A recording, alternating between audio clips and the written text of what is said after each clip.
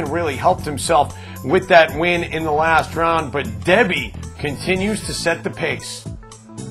And as we return to action, Anthony Haggins, I don't know how fired up he is. He's all in, Bob. He only had $70,000 to cover the blind, which transferred over to him. That's our chip leader, Deb. A king 8 on the draw. Wonder what she'll do with those cards. Well, it still cost her $100,000 to come in. She's probably thinking right now it's an opportunity to eliminate one more player from the table. She's thinking about it. Oh, and salt being poured on Anthony's wound by the table.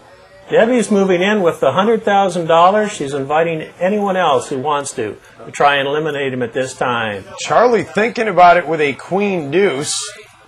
He's thinking there's an opportunity here. He doesn't want to go up against the chip leader. And the table wondering, will anyone else get in on this action? And a bad joke. No reaction from the table at that one.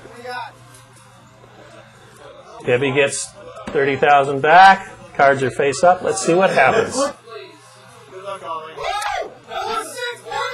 Look at Anthony's fired up. I don't know. Anthony, it's a long shot, my friend. We'll see whether or not the flop is a friend.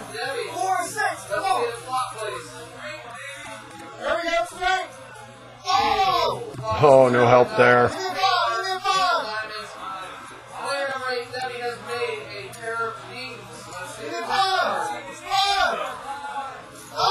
Oh, more help for Deb. She picks up another king. 3 kings. He needs an inside straight draw to come out of this alive.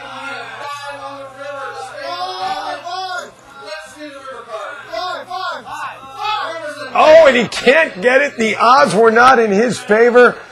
And what can you say about Anthony Haggins? At least he and his girlfriend enjoyed a free vacation as they came down from Panama City for the tournament.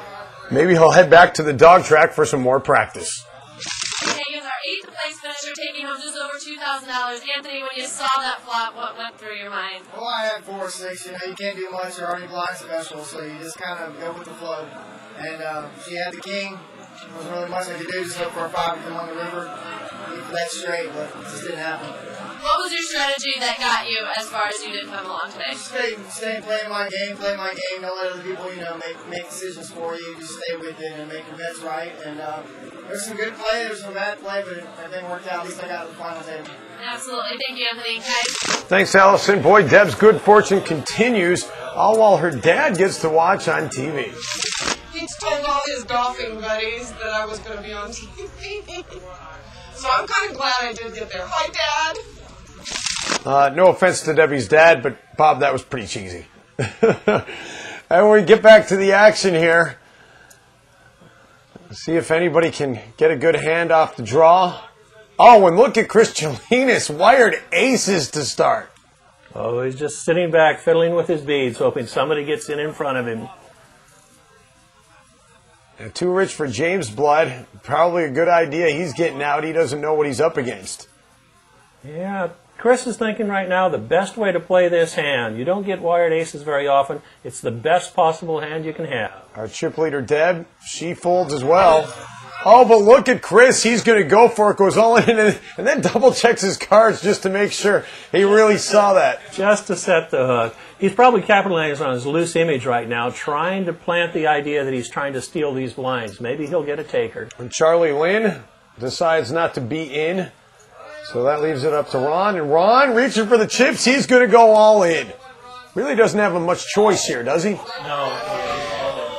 Although he is working on a potential straight flush, but the reaction from the table, you can tell this one, the odds are in favor of Chris Chalinas.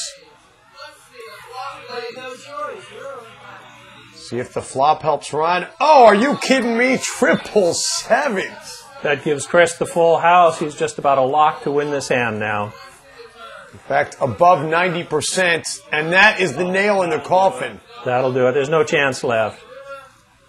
Well, what can you say about Ron Cipher, the local 66-year-old, makes it to the final table. He told us he spent over $4,000 in his lifetime on books learning how to play poker, but you know what, Bob, if you don't have the cards, sometimes all the knowledge in the world can't help you. That's right. He's with our Allison Williams. Seventh place on Cypher. Ron, what made you decide to call on that last hand? I had no choice with no money. I was going to be all in the next hand. So, and he plays real loose. I thought maybe I had a chance to shoot in connectors. When you saw him turn over that pair of aces, that's I had nothing to root for. Thanks, guys. All right, thanks, Allison. Well, the pocket aces have catapulted Chris Serenas into the lead. He has 30,000 more than Debbie now atop the chip count standings, and not a bad showing by Anthony Aiello either. The three of them all in the 600,000 club. We're taking a time out, but plenty more poker action ahead. Stay with us here on the World Offshore Poker Championships.